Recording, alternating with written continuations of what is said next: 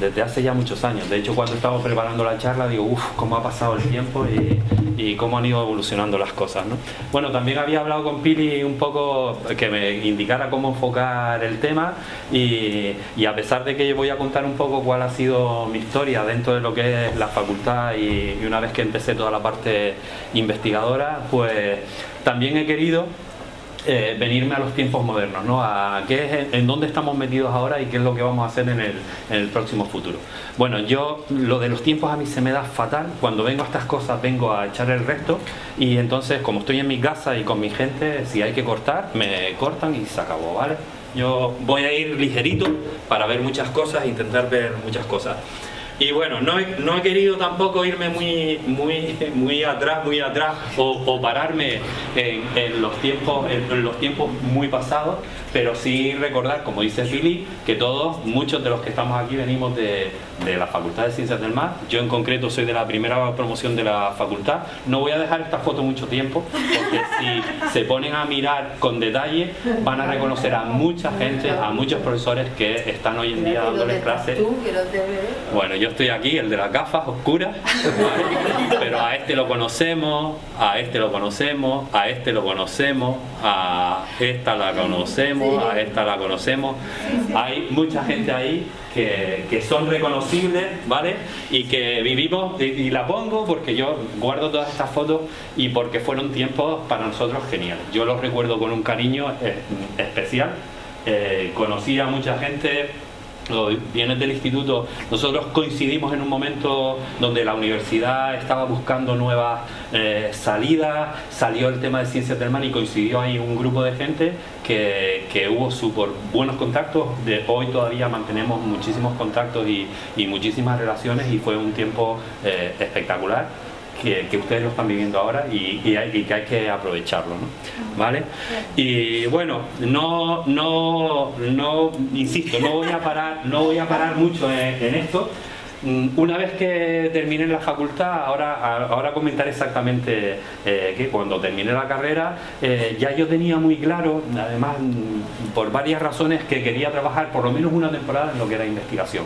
Ya después tenía claro que quería trabajar en investigación y ver qué es lo que pasaba después, y resulta que me enganché entré en el laboratorio, ahora explicaré cómo y con quién, y empecé a hacer el programa de doctorado, empecé a trabajar y tuve muchísimas oportunidades de moverme a laboratorios importantes. De hecho, en esta foto hay gente que fue muy importante en esa época, pues por ejemplo la profesora Marianne Pedersen, que está aquí, estuvo en su laboratorio mucho tiempo en la Universidad de Uppsala, en Suecia. Bueno, y hay más gente. Este es el día que celebramos, en una semana leímos 3 personas la tesis. La leí yo, que estoy aquí, la leyó Daniel Robledo, que está aquí, y la leyó Antera Martel, que está aquí.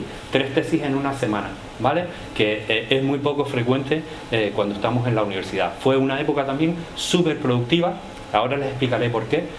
Súper productiva, que nos dio muchísimos resultados de investigación. Éramos todos muy jóvenes, lo que queríamos era estar trabajando todo el tiempo y bueno, insisto, esta es la fiesta de celebración de las 3 tesis en esa semana. Hay aquí más gente que hoy en día es relevante, importante dentro del tema de investigación y dentro del tema empresarial, ¿vale?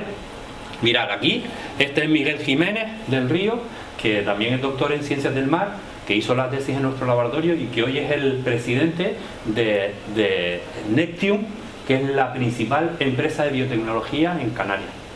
¿Correcto? ¿Vale? Ellos se han dedicado, tienen muchos productos y muchas líneas de trabajo, pero en su momento también trabajaron con la búsqueda o el trabajo con antioxidantes y polifenoles a partir de cierto tipo de material biológico. Bueno, pues él su tesis la hizo en nuestro laboratorio con temas de algas. Está Yolanda Freile, que también de la Facultad de Ciencias del Mar, está Pedro Sosa, ¿vale? Y está Guillermo, ahora les hablaré de Guillermo, y bueno, hay más gente aquí, Peter Lindblad, Max Björk, Jonas Kullen, que es gente con la que hemos pasado mucho tiempo, están en laboratorios por toda Europa trabajando, gente relativamente importante en este mundillo y que en su momento coincidimos todos y fue una época genial, ¿vale?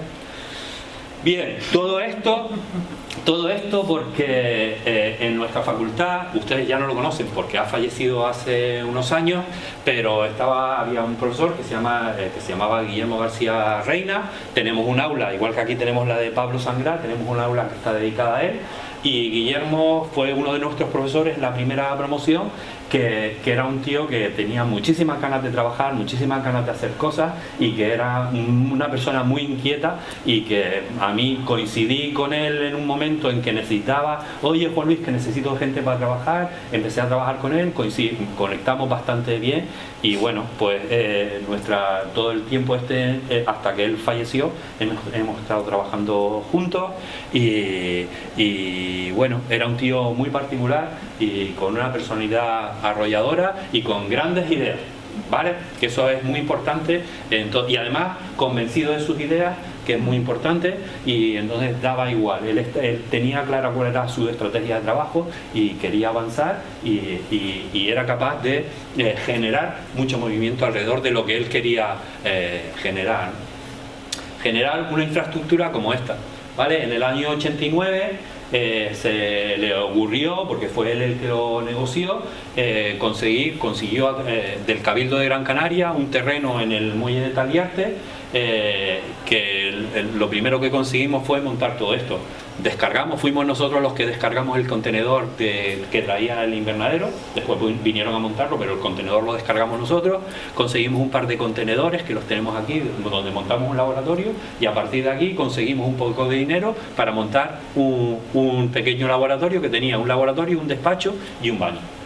Y ahí empezamos a trabajar en lo que hoy se llama el Banco Español de Algas. En este momento se llamaba Instituto de Algología Aplicada, y bueno, y se ha convertido en esto, ¿vale? En un edificio como este, que es referente. Yo diría que me parece pedante, pero es un referente en el mundo y particularmente en Europa. Esto es lo que hoy conocemos como Banco Español de Algas, que está ubicado en el muelle de Taliarte. Es toda esta infraestructura que tenemos aquí, ¿vale? Aquí tenemos lo que era antes el Instituto Canario de Ciencias Marinas, que está dividido ahora. Esto es Plocan, esto es infraestructura de la universidad, que es toda la parte de acuicultura. Aquí está el Parque Científico Marino, que es La Ballena, y aquí tenemos el Banco Español de Algas. ¿Correcto? Una infraestructura que hemos ido mejorando siempre, adquiriendo nuevos equipamientos, trabajando en un montón de líneas de trabajo que ahora voy a explicar, y que bueno, se mantiene ahí como referente en la actualidad por unas cuestiones que después voy a explicar también, ¿vale? Bueno, como siempre, las personas son muy importantes cuando uno entra a desarrollar este tipo de actividad, y nunca verán una foto mía sola, siempre estaré acompañado de gente, porque nosotros somos un grupo de trabajo, no hay individualidades en el laboratorio, entre lo que es personal técnico, investigadores y un poco los que llevamos el laboratorio en la actualidad, pues tenemos un grupo. Aquí todavía falta gente, pero esta es una foto más reciente, y tenemos un grupo de gente implicada en todos los proyectos que estamos elaborando en este momento, ¿no? Aquí también hay estudiantes como ustedes que han hecho el TFT con nosotros en el laboratorio, hay investigadores, hay técnicos. Entonces un poco el grupillo que tenemos montado ahora, ¿no? Muy bien, pues ahora voy a contarles cómo, bueno, pues ya ven un poco en dónde estoy ubicado, aparte de toda la docencia y todas las relaciones que tengo aquí en la facultad, pero cuando ustedes no me ven aquí, lo normal es que esté en el laboratorio. Por eso siempre digo que me escriban correos electrónicos, y bueno, cuando tengo que estar aquí estoy, pero cuando me puedo escapar estoy en el laboratorio. Y vale, aunque mucha gente ahora también me conoce por el tema de las microalgas, nuestros antecedentes fueron con temas de macroalgas, ¿vale? Todo esto que les he contado, y antes sobre todo de tener este laboratorio, también empezamos a trabajar, cuando empezamos el grupo de trabajo en el colegio universitario, empezamos a trabajar con macroalgas, ¿vale? Pero ¿en qué línea de trabajo? Pues en principio Guillermo venía de la parte de desarrollo de técnicas de biotecnología celular para plantas terrestres, y como llegó a la Facultad de Ciencias del Mar, lo que pensó es, bueno, todo esto, el conocimiento que yo tengo con plantas terrestres, lo vamos a aplicar en plantas acuáticas, ¿no? En lo que serían las algas. Entonces empezamos a aplicar las mismas técnicas de biotecnología celular que se habían desarrollado para plantas terrestres, empezamos a trabajar con ellas en algas, en macroalgas principalmente, ¿vale? Y aquí todavía también se formó en esa época, Pili en su momento estuvo también, Rafa Robaina, y todos fuimos aprendiendo con estas técnicas que en la actualidad todavía seguimos utilizando en el laboratorio. ¿Qué es lo que pasa? Que son técnicas que se trabaja exclusivamente a escala de laboratorio, y nosotros en su momento lo que queríamos era trabajar con grandes escalas y producción de biomasa, y bueno, que ahora lo veremos. Pero aquí hay técnicas que hemos aprendido todos, como todo lo que son las técnicas de cultivo de tejidos, cultivo de células, aislamiento de protoplastos. Estos son protoplastos que son células individuales de una macroalga que han sido digeridas y que no tienen pared celular, es decir, es la unidad de vida más básica de una planta que puede ser un alga, ¿vale? Y son esféricas. Mirad aquí la estructura del cloroplasto, ¿vale? Es una célula perfecta que no tiene pared celular, ¿vale? Y mi tesis fue basada en todo esto, técnicas de aislamiento de protoplastos de macroalgas marinas, porque en su momento era una línea de trabajo que era muy interesante, principalmente por esto. Mirad, esto es una foto de un proceso de fusión de protoplastos. Es decir, cuando tú tienes estos protoplastos aislados, hay técnicas que nos permiten fusionar, coger una célula, otra célula y fusionarlo. Esta foto, hay unos protoplastos que están teñidos, otros no, pero están viendo cómo se van fundiendo. Imagínense que podemos hacer eso con dos especies diferentes. Una especie que produce agar, una especie que produce proteína y que se fusiona. Son, en teoría, porque eso todavía no se ha demostrado, son capaces de mezclar su ADN y sacar una planta, un adulto que produzca al mismo tiempo proteína y que produzca, yo que sé, pigmentos, lo que sea. De hecho, en plantas terrestres el ejemplo fue el pomatoe, una fusión de protoplastos que desarrolla una planta que en teoría tenía que dar papa y tomate, ¿vale? Que nunca sucedió, pero la idea era esa. Y con algas es muy interesante también, ¿vale? Todavía no lo hemos conseguido, se han conseguido cosas, pero es una línea de trabajo que siempre se mantiene ahí. Esa fue la parte de la introducción en lo que es biotecnología celular.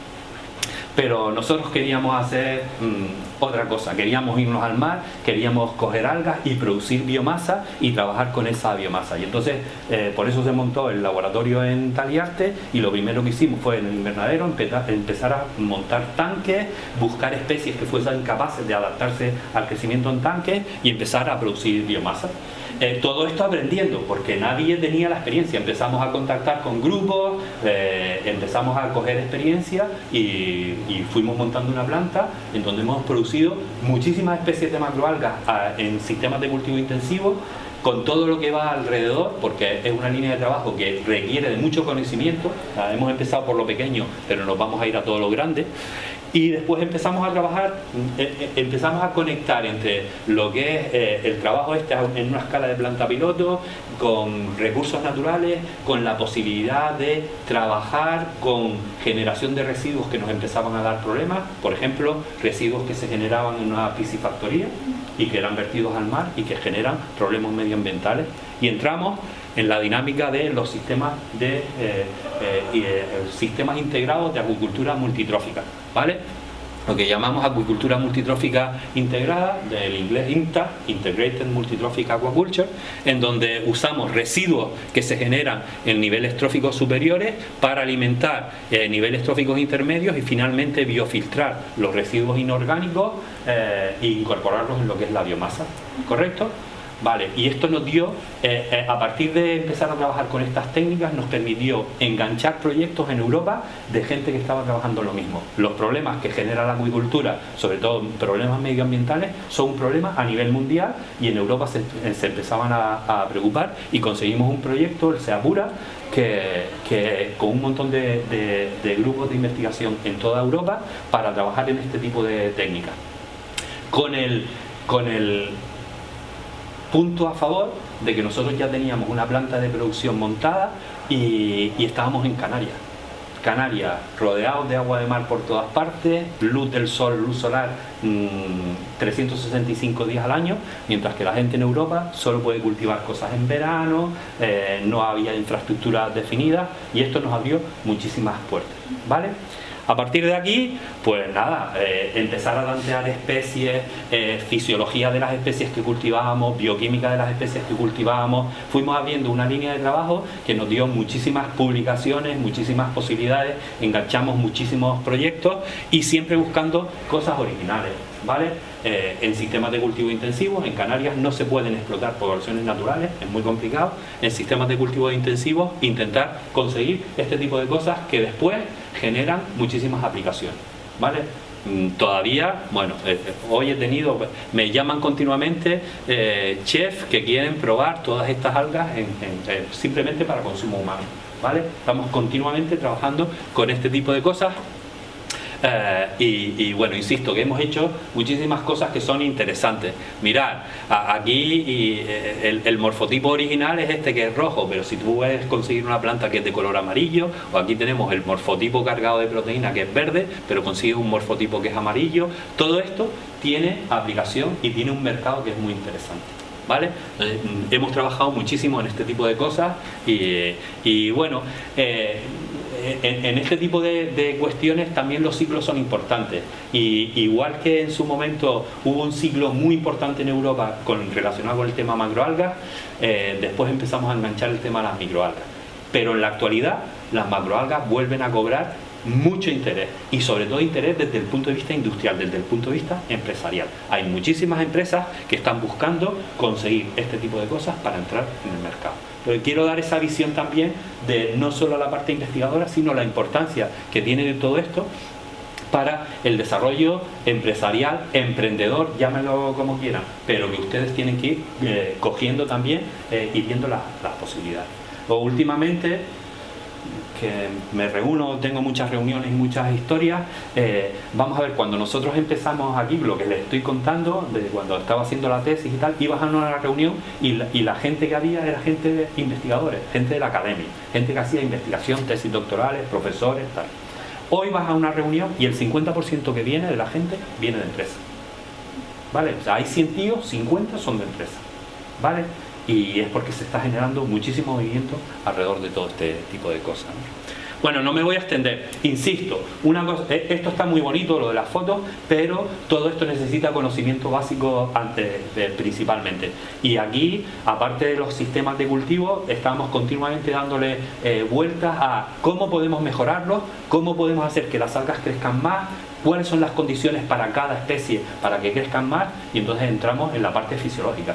Cómo afectan las condiciones de crecimiento al sistema fotosintético del alga, ¿vale? Y sacamos muchos trabajos en donde relacionábamos toda la parte de cultivo con la parte de fisiología, activación de enzimas, activación del proceso fotosintético, efecto de la radiación solar, acumulación de metabolitos, de proteínas que nos interesaban, de pigmentos, cómo funcionan todo este tipo de cosas, el efecto del CO2, que ahora lo engancharé, al final de la charla lo engancharé, ¿no? Aquí tenemos algunos ejemplos, ¿no? Como en un hipotético escenario de cambio climático donde va a aumentar la concentración de CO2 y va a disminuir el pH en el medio marino, ¿cómo van a responder las algas? Hay algas que tienen mecanismos de concentración de carbono que van a ser capaces de resistir esos cambios. Hay algas que no tienen un mecanismo de concentración de carbono tan claro y por lo tanto van a ser muy complicado que resistan cambios, las consideraciones que estamos hablando diariamente de lo que es el cambio climático. Bueno, no me voy a extender mucho con todo esto. Microalgas. Voy muy rápido. Microalgas. El mundo de las microalgas lo cogimos también. Esto es como cuando vas a surfear una ola y coges una buena ola y eres capaz de llegar hasta la orilla, esto es igual. Si estás en el momento oportuno, con la gente oportuna y llega la ola, las posibilidades de tener éxito, incluso en lo que es investigación, son altas, ¿no? Pues de repente, claro, íbamos aprendiendo con todo lo anterior porque estábamos continuamente aprendiendo y de repente, oye, y esto de las microalgas, y viene un tío ruso y mire, yo es que trabajo con microalgas, bueno, vamos a probar, y empezamos a hacer cosas con microalgas y de repente vemos que tenemos ahí una colección. Y mira, es que este tío nos dejó esta cepa y nosotros fuimos y trajimos esto y empezamos a montar una colección que en la actualidad se ha convertido en lo que es el Banco Español de Algas, ¿vale? Bueno, empezamos a cultivar, de entrada lo que cogimos ahí, bueno, con estas cepas que vamos a hacer, pues empezamos a cultivar. ¿Qué hay que montar? Fotobioreactores, hay que montar un Railway, bueno, pues lo montamos y empezamos a cultivar, que era lo que a nosotros nos gustaba. Pero de repente, oye, mira que esto qué interesante, y un día te vas de excursión y mira esta muestra qué interesante, y aíslas una cepa y empiezas a crecer, y de repente, bueno, te ves con esto, ¿vale? Vas a la salina y muestreas ahí y sacas una cepa de una la salina, te vas al volcán de la Restinga y empiezas a sacar cepas que están creciendo ahí en alta concentración de CO2 y en bajo pH, y coges y aíslas las cepas y las tienes en la colección, y de repente te ves con una colección que en la actualidad tiene 2000 cepas, ¿vale? De microalgas y cianobacterias. ¿Ok? Microalgas y cianobacterias que son originales, que no son duplicados de otras colecciones, que las hemos muestreado nosotros, las hemos aislado nosotros y las mantenemos en el laboratorio, porque además hay que mantenerlas vivas, ¿correcto? Y es que empezamos a hacer cosas, oye, pues esto hay que determinarlo, porque las microalgas son complicadas, y lo que hacemos, empezamos con técnicas moleculares y empezamos a descubrir cosas que nunca habían sido descritas para Canarias, cosas que nunca habían sido descritas para la ciencia, y lo tenemos ahí en el laboratorio y las estamos manteniendo, y mira, esto se nos da bien y vamos creciendo, ¿vale? Y entonces, ¿qué montamos? Oye, pues vamos a ver cómo le podemos dar un cierto tipo de empaque a esto, y empezamos a buscar por ahí, y se nos ocurre pedirle al gobierno de España que queremos ser una autoridad internacional de depósitos. Y en la época, en todo el tema de la producción, el estudio y la investigación sobre el tema de los biocombustibles, el biodiesel, todo esto a partir de algo. Y el gobierno de España dice, sí, nosotros lo hacemos, y se van a lo que es el Tratado de Budapest, que es la oficina de la Organización Mundial de Patentes Industriales, y mire, nosotros queremos tener un banco oficial en España que sea una IDA para microalgas, y la WIPO dice, ok, ¿vale? Y entonces se crea en Las Palmas legalmente el Banco Español de Algas, que es una autoridad internacional de depósitos de microorganismos, en particular para microalgas. ¿Qué significa eso? Que el día que cualquiera de ustedes vaya a hacer una patente en la que intervengan microalgas, están obligados a depositar la cepa con la que van a trabajar en una autoridad internacional de depósitos.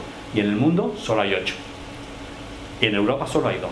Nosotros, por ejemplo, recibimos depósitos para patentes de Sudamérica, de Corea, y nosotros eso lo damos como un servicio, y depositan las cepas en la colección y nosotros las tenemos que cuidar, ¿vale?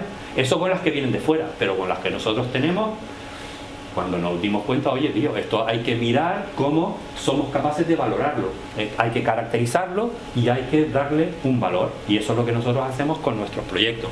Bueno, una cosa que es importante, ahora voy a ir, bueno, me estoy yendo muy rápido, pero puntos importantes.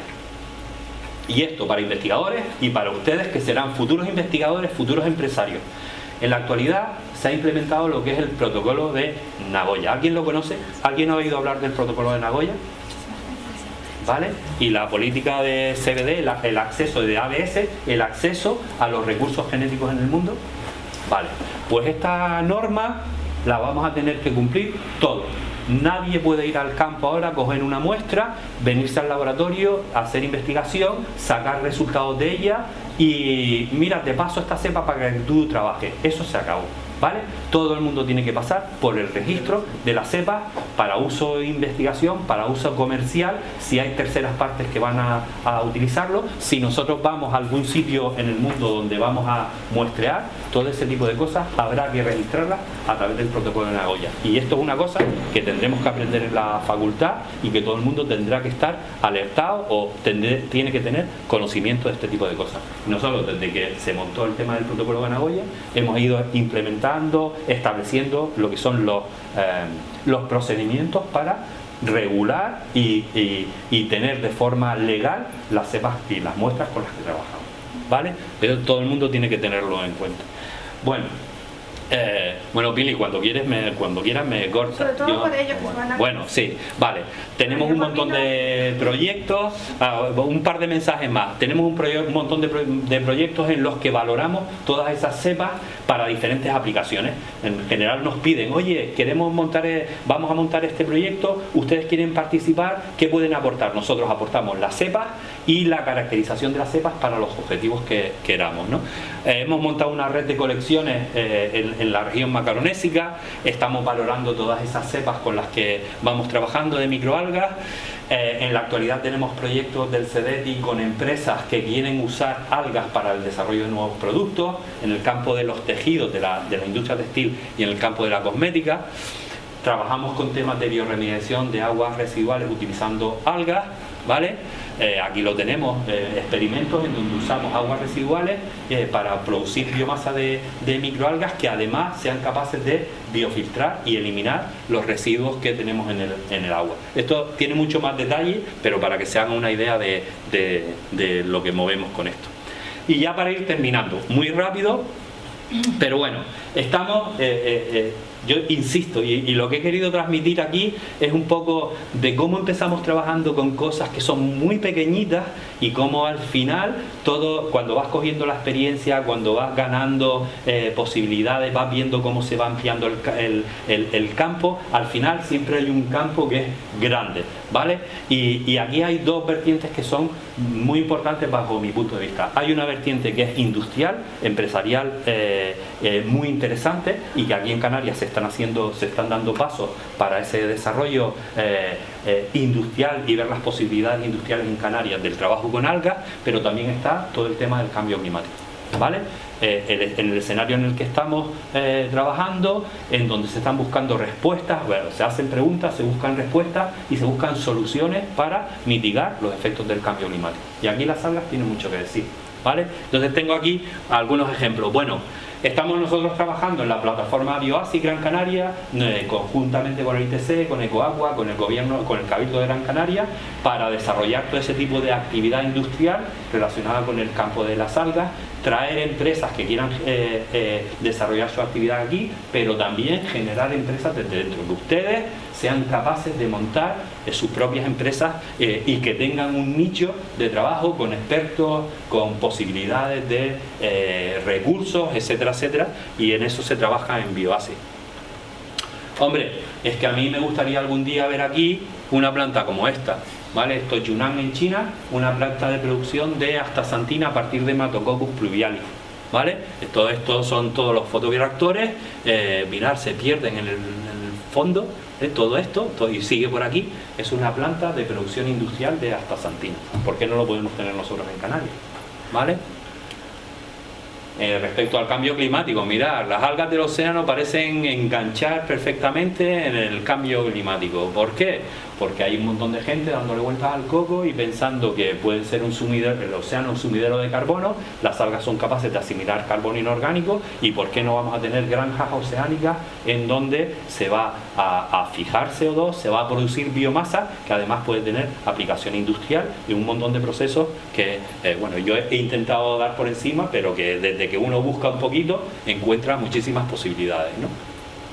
O en instalaciones en tierra, sistemas de fijación de CO2 en sistemas de cultivo de algas y aplicación de la biomasa, por ejemplo, en la obtención de biocombustibles. En este caso, yo pongo aquí los ejemplos del tema del biodiesel, que en su momento fue muy puntero y que cuando quieran lo discutimos para que vean por qué al final no fue la panacea, aunque todavía hay mucho movimiento con todo esto, pero hay que discutirlo, ¿no? Pero en su momento fue súper importante el trabajar con biodiesel, la producción de biodiesel a partir de algas. Pero es que hay muchísimos campos de aplicación. Ya hablamos antes un poco del tratamiento de aguas residuales con algas en general, pero en este caso con algas extremófilas, de ambientes extremos. ¿Por qué no podemos usar, o podemos usar algas para la producción de ácidos grasos poliinsaturados, o algas, los secretos de las algas para biofertilizantes agrícolas, o algas para conseguir bioplásticos, e incluso la conexión entre las algas y la cerveza? Ya por ahí tenemos cervezas hechas con algas que tienen su historia y que la gente pregunta, y hay en el mercado cervezas hechas con algas y las tenemos disponibles, ¿vale?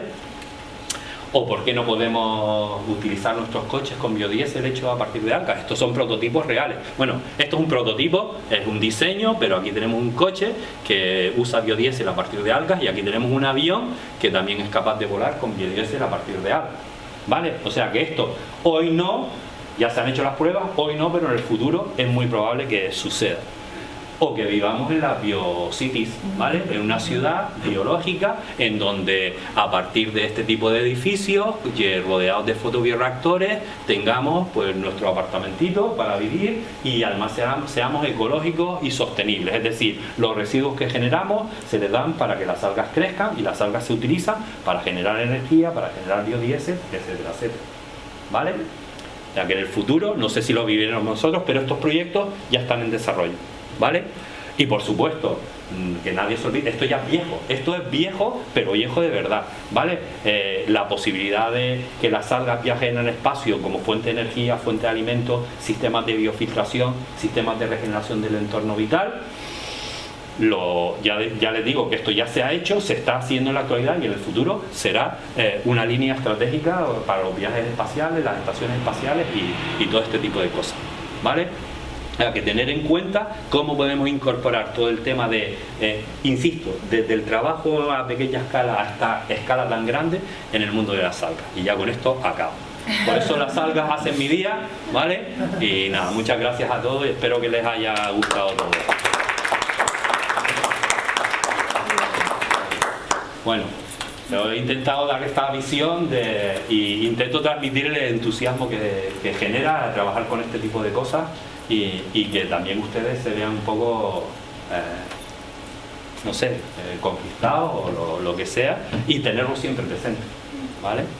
Y bueno, preguntas, cualquier cosa que quieran hablar, lo podemos hablar sin problema, ¿vale? ¿Se sabe en cuanto al cambio climático, el sumidero de CO2 y demás, sería más eficaz las micro o las macro?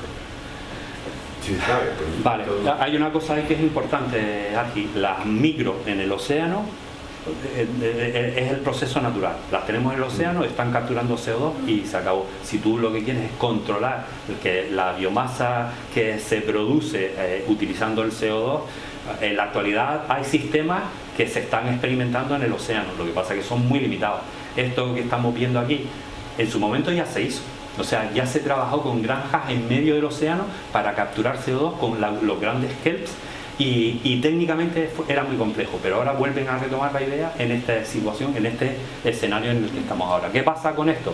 Que con las macroalgas, controlando las macroalgas de esta manera, técnicamente es mucho más sencillo, las biomasas pueden ser bestiales, la superficie que tienes en el océano, en el centro del océano, es bestial y es todo mucho más controlable.